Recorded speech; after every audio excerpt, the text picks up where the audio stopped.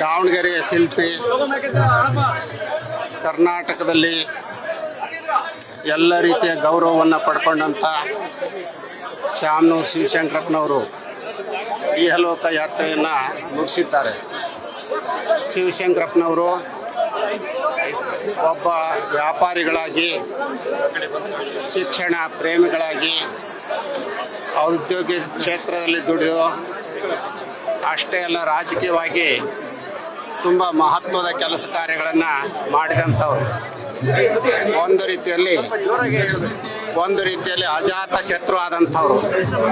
ಬಹುಶಃ ಶಿವಶಂಕರಪ್ಪನವರನ್ನು ದ್ವೇಷ ಮಾಡುವಂಥ ಜನ ಕರ್ನಾಟಕದಲ್ಲೇ ಇರಲಿಲ್ಲ.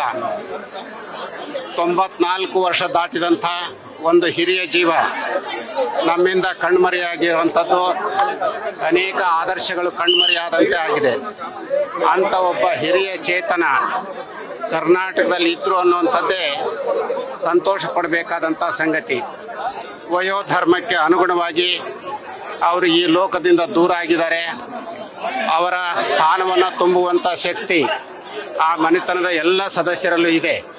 ಆ ಮನೆತನದ ಸದಸ್ಯರು ಶಿವಶಂಕರಪ್ಪನವರ ಎಲ್ಲ ಆದರ್ಶಗಳನ್ನು ಮೈಗೂಡಿಸಿಕೊಂಡು ಸಮಾಜಮುಖಿಯಾದಂಥ ಕೆಲಸ ಕಾರ್ಯಗಳನ್ನು ಮಾಡುವ ಮೂಲಕ ಆರ್ಥಿಕ, ಸಾಮಾಜಿಕ, ಶೈಕ್ಷಣಿಕ, ಧಾರ್ಮಿಕ ಕ್ಷೇತ್ರಗಳಲ್ಲಿ ದುಡಿತಾರೆ ಅನ್ನುವಂಥ ನಂಬಿಕೆ ನಮಗೆ ಬಂದಿದೆ.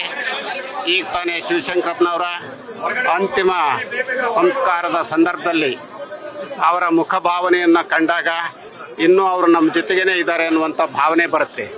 ಎಲ್ಲಿಯವರೆಗೂ ಅವರ ಆದರ್ಶಗಳು ಜನಮನದಲ್ಲಿ ಇರ್ತವೋ ಅಲ್ಲಿಯವರೆಗೂ ಶಿವಶಂಕರಪ್ಪನವರು ಬದುಕಿರ್ತಾರೆ. ಅವರು ಅನೇಕ ಜನರನ್ನು ಬೆಳೆಸಿದಂಥವ್ರು, ಸ್ವಾರ್ಥವನ್ನು ಬದಿಗೊತ್ತಿದಂಥವ್ರು, ಅಹಂಕಾರದಿಂದ ದೂರ ಇದ್ದಂಥವ್ರು. ಅಂಥ ಹಿರಿಯ ಚೇತನ ಮತ್ತೆ ಮತ್ತೆ ಮತ್ತೆ ನಮ್ಮ ಜನರಿಗೆ ಸ್ಫೂರ್ತಿ ಆಗಲಿ ಅಂತ ಹಾರೈಸ್ತೇವೆ.